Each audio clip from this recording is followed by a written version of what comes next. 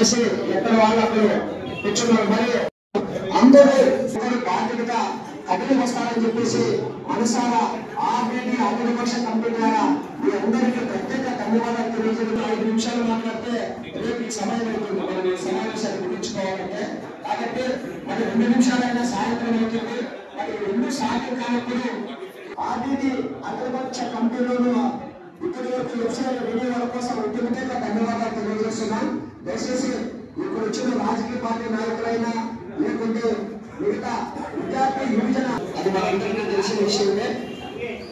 మరి ఆలోచన కాదు, మెజార్టీ ఇప్పటి వరకు దాదాపు ఏప్రిల్ నుంచి ఆర్టీటీ ఎఫ్సిఆర్ వినియోగాల కోసం ఉద్యమించే క్రమంలో కలిసి వచ్చినటువంటి చాలా మంది అభిప్రాయాలు షెడ్యూల్లో ఏదైనా మార్పులు చేరుకుని ఆర్టీటీ ఉద్యమ కార్యాచరణ బాధ్యతగా దీన్ని తీసుకోవాలి. ఈ షెడ్యూల్ పైన ఏదైనా భిన్నాభిప్రాయాలు ఉరవకొండ, గుత్తి, అనంతపురం, సింగనమల, రాప్తాడు, తాడిపత్రి, రాయదుర్గం, కళ్యాణ్, మనసిర, కొడుకొండ, చెక్ పోస్ట్, రాయదుర్గము, కళ్యాణదుర్గం ప్రాంతాల్లో హైవేలో మాత్రమే కార్యక్రమాలు చేయాలి. మేము వైఎస్ఆర్ పార్టీ రాష్ట్ర పిఎస్సి మెంబర్స్. లాస్ట్ టైం మా సమావేశం 2 నెలల క్రితం జరిగినప్పుడు కూడా ఆర్టీటీ పైన రాష్ట్ర సమావేశంలో కూడా చర్చకు వచ్చింది. ఈ విషయాన్ని జగన్ గారు కూడా ఆర్టీటీని పరిరక్షించుకోవాలనేటువంటి అభిప్రాయాన్ని వ్యక్తం చేస్తూ స్థానికంగా స్ట్రగుల్స్ లో పాల్గొనమనేటువంటి దాన్ని కూడా ఇచ్చినారు. ఈ సందర్భంగా ఏమంటే చాలా రోజులు సమయం ఇచ్చినాం రాష్ట్ర ప్రభుత్వానికి కానీ తర్వాత ఢిల్లీ పెద్దలకు కానీ. ఎందుకంటే ఆర్టీటీ అనేటువంటిది ఈ జిల్లా ప్రజలు ఇంకా అనేక మంది పేద ప్రజల యొక్క గుండె చప్పుడు. ఈరోజు అది దెబ్బతినకూడదు అనేటువంటి ఉద్దేశంతోనే, రాజకీయం చేయకూడదు అనేటువంటి ఉద్దేశంతోనే మేము ముందు నుంచి కూడా వాళ్ళకి అవసరమైన సమయం ఇచ్చినాం, అధికారంలో ఉన్నటువంటి వాళ్ళు. కానీ ఈరోజు ఏ స్థితికి వచ్చిందంటే ఈలోగా మధ్యలో వార్ రావడము వీటన్నిటి వల్ల కొంత ఆలస్యమైంది. ఈలోగా ఏ స్థితికి వచ్చిందంటే దాదాపు ఆర్టీటీ ఫండ్స్ అన్ని ఫ్రీజ్ అయిపోయి తర్వాత హాస్పిటల్స్ ఉద్యోగులకు నోటీసులు ఇచ్చేటువంటి క్రమము ఇదంతా కూడా జరుగుతూ ఉంది. అందుకని పేద ప్రజల్లో చాలా ఆందోళన వ్యక్తం అవుతుంది. ఈరోజు చంద్రబాబు నాయుడు గారు 0 పావర్టీ అని చెప్తా ఉన్నాడు. లేకపోతే పావర్టీని నిషేధించడానికి పీపీపీపీ అనేటువంటి చెప్తా ఉన్నారు.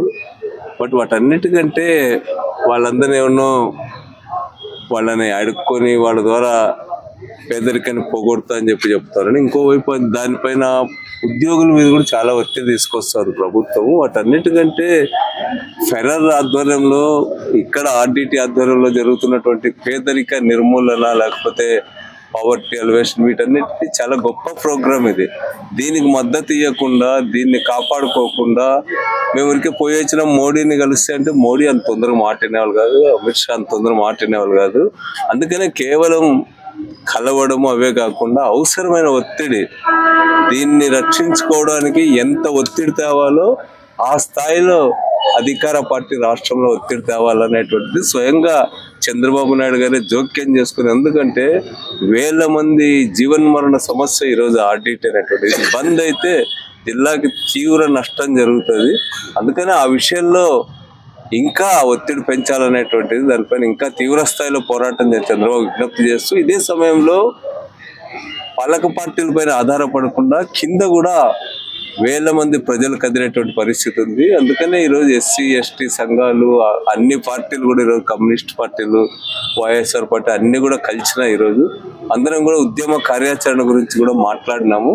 చాలా తీవ్రమైనటువంటి ఉద్యమం, వేలాది మంది ప్రజల్ని సమీకరించి ప్రభుత్వాన్ని స్తంభింపజేసేటువంటి పద్ధతుల్లో కేంద్ర ప్రభుత్వం గుర్తెరిగేటువంటి పద్ధతుల్లో అవసరమైతే జిల్లా బంద్ లేకపోతే చెల్లో ఢిల్లీ అనేటువంటి కార్యక్రమాలు కూడా చర్చ వచ్చినాయి. వీటన్నింటిని కూడా ఈ కార్యక్రమాన్ని అంతా కూడా మా పార్టీలో కూడా చర్చించుకొని మేము కూడా దాంట్లో పూర్తిగా పాల్గొంటామని, సెంట్రల్ గవర్నమెంట్ స్టేట్ గవర్నమెంట్ దిగొచ్చే వరకు కూడా ఆర్టీటీ పరిరక్షణ కోసం పోరాడతామని తెలియజేస్తాం.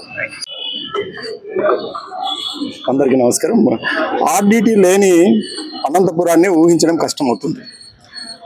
ఆర్టీటీ రావడానికి ఏ పనులైతే చేయాల్సి ఉంటుందో, ఏ ఉద్యమం అయితే చేయాల్సి ఉంటుందో అవన్నీ చేయాలనే ఉద్దేశంతోనే ఈరోజు అఖిలపక్ష కమిటీ సమావేశాన్ని ఏర్పాటు చేశారు. నేను విశ్వన్న కూడా పార్టీ తరఫున వచ్చినాం. మేము ఇంతకుముందే ప్రారంభించి ఉన్నాం దీని గురించి.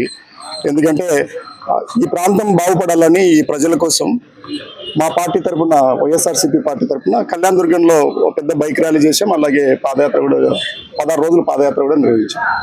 మేము గట్టిగా నమ్ముతున్నాం ఆర్డిటి తీసుకురావడం అంత పెద్ద కష్టమైన పని ఏం కాదనేది. ఒక రెన్యువల్ ఒక పేపర్ తీసుకురాలేకపోతున్నారు అంటే మేము నమ్మలేకపోతున్నాం. అందుకే చాలా సమయం ఇచ్చాం.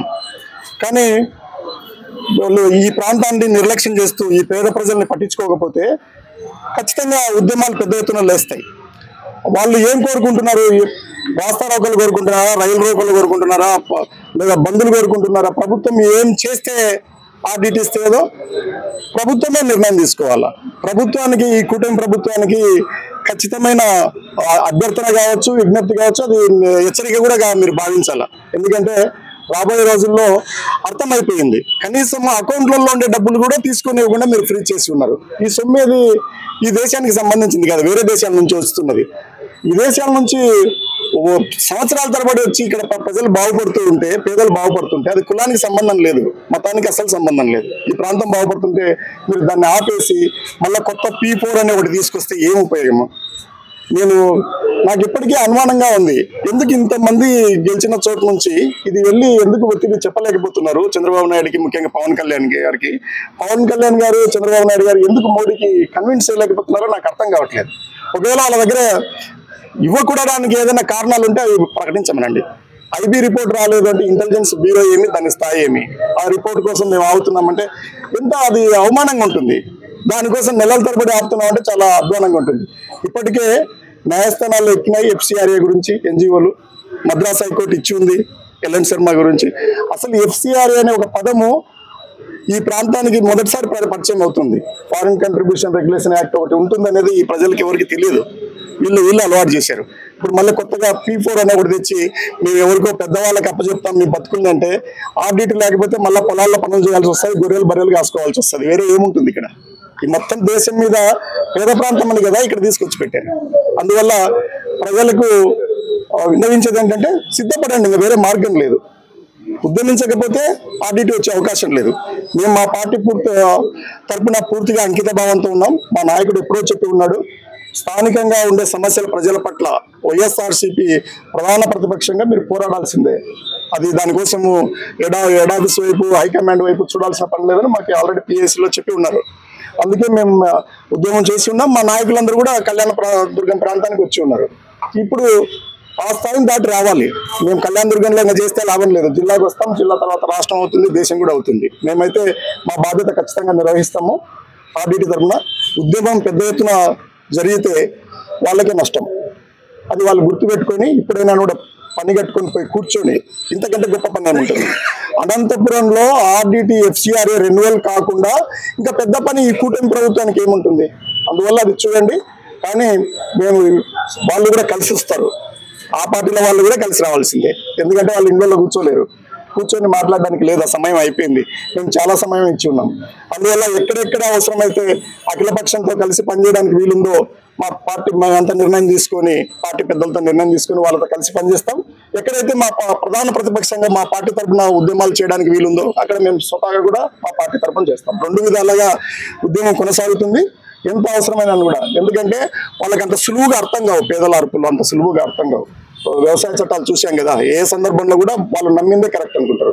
FCRAను రెన్యువల్ చేయకుండా ఆర్డిటిని మూసివేయడం అనేది చాలా దుర్మార్గమైన పని. ఇంత దుర్మార్గమైన పని స్వాతంత్రం అనంతరం ఈ ప్రాంతంలో ఎప్పుడు ఇంత నష్టం జరిగి ఉండదు.